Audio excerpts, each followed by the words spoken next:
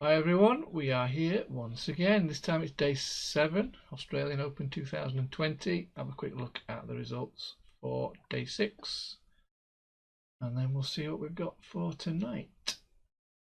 Monfils Gulbis, I thought Gulbis may take a set from that one, didn't expect him to win. He did get an early break in that first set. Monfils broke back pretty much straight away. Reasonably plain sailing after that.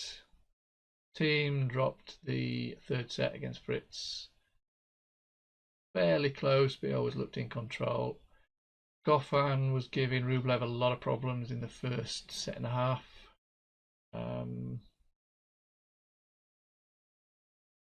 Just a tight match, not a lot to say in there. Goffin played really well. Rublev took a while to get going. Just about scraped through. Nadal comfortable. Isner retired. Kyrgios 2 sets up. It was actually 2 sets and a breakup, and ended up needing a 5th set tiebreak. Oh, whether he switched off. Kachanov not being at his best this year, maybe he suddenly found a bit of form. Thought Verdasco might take a set from Zverev, he didn't. Straight sets there, Medvedev through pretty easily. On to the women. These videos are much shorter towards the end of the week. Georgie started really badly on serve. She had 11 double faults for that match, and 8 of them were in the first set. Looked like Kerber was going to run away with it, but as I said in the preview, she tends to make life hard for herself. I expected her to do that today, and she did. She shouldn't really have had to go into a third set, but she dropped the second in a tiebreak. Pavlyuchenkova against Pliskova. Pliskova not at her best on serve in both sets. Pavlyuchenkova broke first, Pliskova broke back. They ended up in a tiebreak, and it was Pav who took both of them. So she continues a good start to 2020. Oh, this one. I was getting quite irritated in this one. The commentator started calling Vekic's opponent Schwantek. Now, I wasn't sure how to say her name, so either last year or the year before, I researched it a little bit, found a website that said it was Schweitek, and I've called her Schweitek ever since. So when he starts saying Schwantek, I'm like, no, and he seemed to be saying it every 2 minutes. No, it's Schweitek, get it right. And then the other commentator started saying it. She'd been switching between 2 different pronunciations. She started, oh, for God's sake, just copying him, just work out for yourself. So I thought I'd listen to the umpire when he said advantage Schweitek, game Schweitek, whatever. Every time he was saying it, this idiot was talking over him, usually saying something about bloody Schwantek. That wound me up even more. I'd eventually heard the umpire say a name. He was saying Schwantek as well. I thought I'd just jump on the bandwagon. You're all together. Can't even think for yourselves. I went on YouTube and I found a video of the player herself saying her name. Perfect. And she got it wrong. I mean, because you're foreign, there's no excuse for getting your bloody name wrong. There's a chance I'm wrong, I suppose. Well, it wasn't me, it was the website that I found it on. I'm going to find that website. I'm going to get it shut down. I was going to say I'll have a look at my internet history. That's long gone. Anyway, I calmed down eventually, made a decent profit on it. It was very difficult to decide who was going to take that first set. Both served well. In the end, I went with my pre-match analysis that Schwantek was going to take it. Thought it would go to 3 sets, but I'm sure Vekic broke at the start of set 2. But Schwantek goes through in 2 sets. God knows what Bencic was doing. Didn't look like she was going to win a game, never mind a set. I actually had her to win it. Kontovic played well, to be fair. Bencic's serve was awful. So easy to play your best tennis when your opponent is having an absolute shocker. God knows what's going on there. Halep fairly comfortable. Putin Saver put in a good effort in the second set. Mertens seemed to be in control against Bellis. Bellis got a break in the second set but was broken back. Did take the set in a tiebreak and then ran out of steam. She's struggling for match fitness. She had quite a while away from the tour. Mertens through in 3. I was looking forward to trading Svitolina Muguruza. Thankfully for me, I slept through it because I'd have lost on that one. I thought Svitolina might come through. She didn't serve well at all. Muguruza served extremely well. She only faced 2 break points, saved them both. She goes through in 2 sets. And Burton's reasonably comfortable, needed a tiebreak in the second.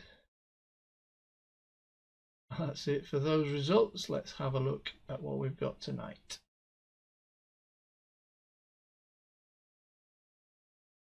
Okay, we'll start with the men's. We've got Raonic and Cilic.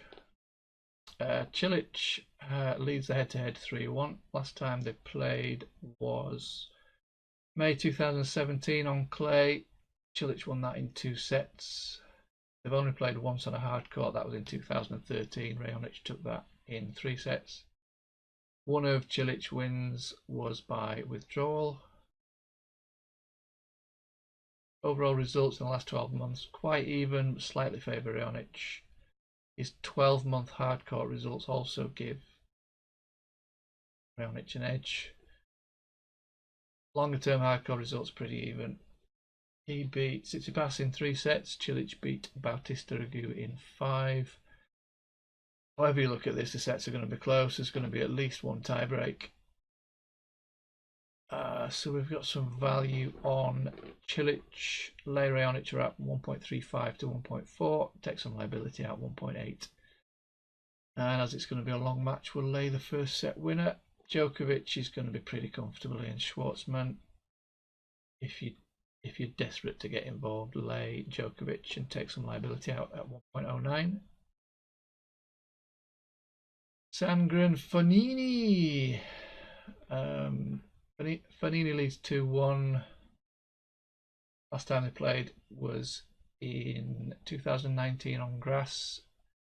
Sandgren took that in straight sets. Both Fognini's wins were on clay.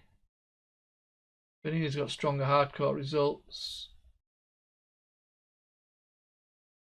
He had a straight sets win in the last match when Pella seemed to have a problem with a foot injury. He's played 5 sets in the other 2 matches, so he was probably glad of a shorter match there. I've got to go for Fognini to win this one. Sandgren beat Querrey in the last round. Came under a lot of pressure on his serve though, even from Querrey. Faced 14 break points, although he was only broken twice. Fognini's a better returner than Querrey. He's going to also put the Sandgren serve under a lot of pressure. Looking to back Fognini 1.95.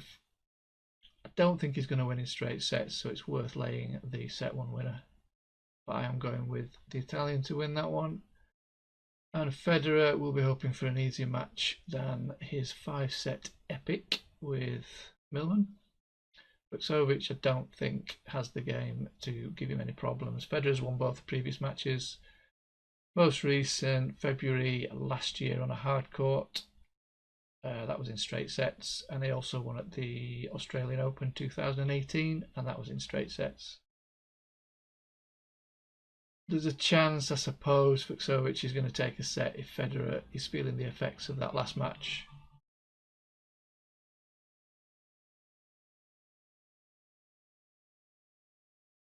Wait for the disco to go past.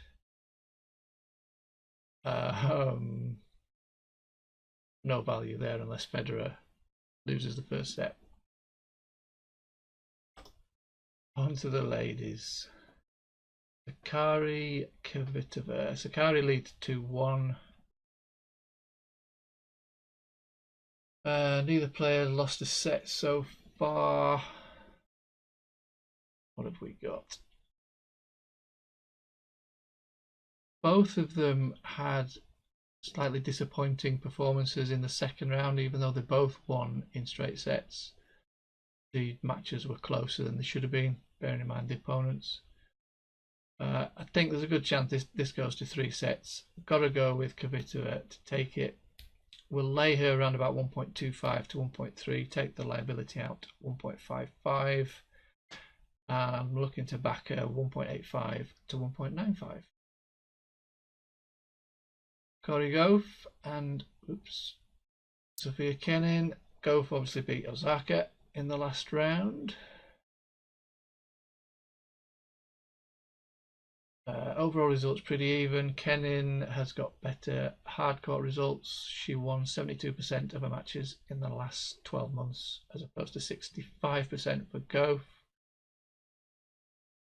I mean, Gove dropped a set to Castella in the second round and then beat Osaka, defending champion, in straight sets.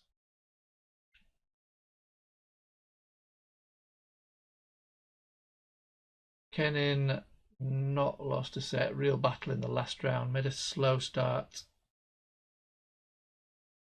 against Zhang. I've slept since then. Very good chance this goes to 3. Gove has served extremely well. Back Kenin if she gets broken first. Looking for another slow start from her.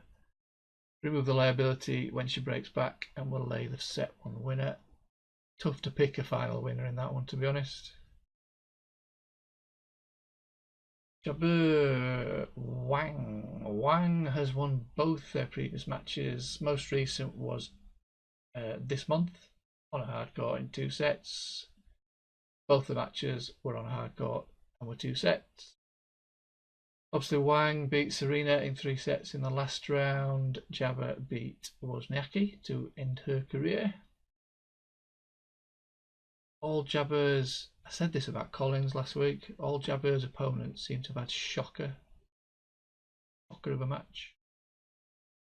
Wozniacki wasn't good yesterday. Garcia hasn't been good for months. Conter's not been brilliant. That was the opinion I had of Collins last week, and it turned out she was actually playing okay, I suppose. Either way, I'm going against her today. I want to back Wang before my voice gives out, 1.85 to 1.9.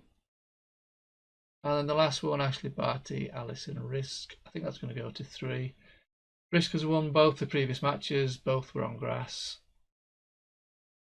Obviously, Barty's got much better overall results. She's also better on hard courts in the last 12 months. Both players made a great start to the season.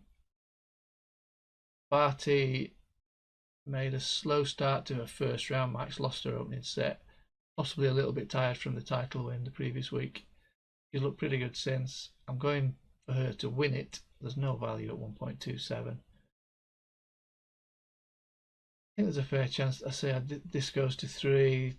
Risk beat Guegas in 3 sets in the last round. Play Barty if she breaks first. Remove the liability when Risk breaks back. And we're going to need Barty to lose the first set before we back her. That will do for today. I actually don't know if I'm going to be trading tonight. I stayed up all night last night. I've had about 2 hours sleep. Felt okay for a while, but I feel wrecked now, so I think I'm going to have a lie down. See you tomorrow.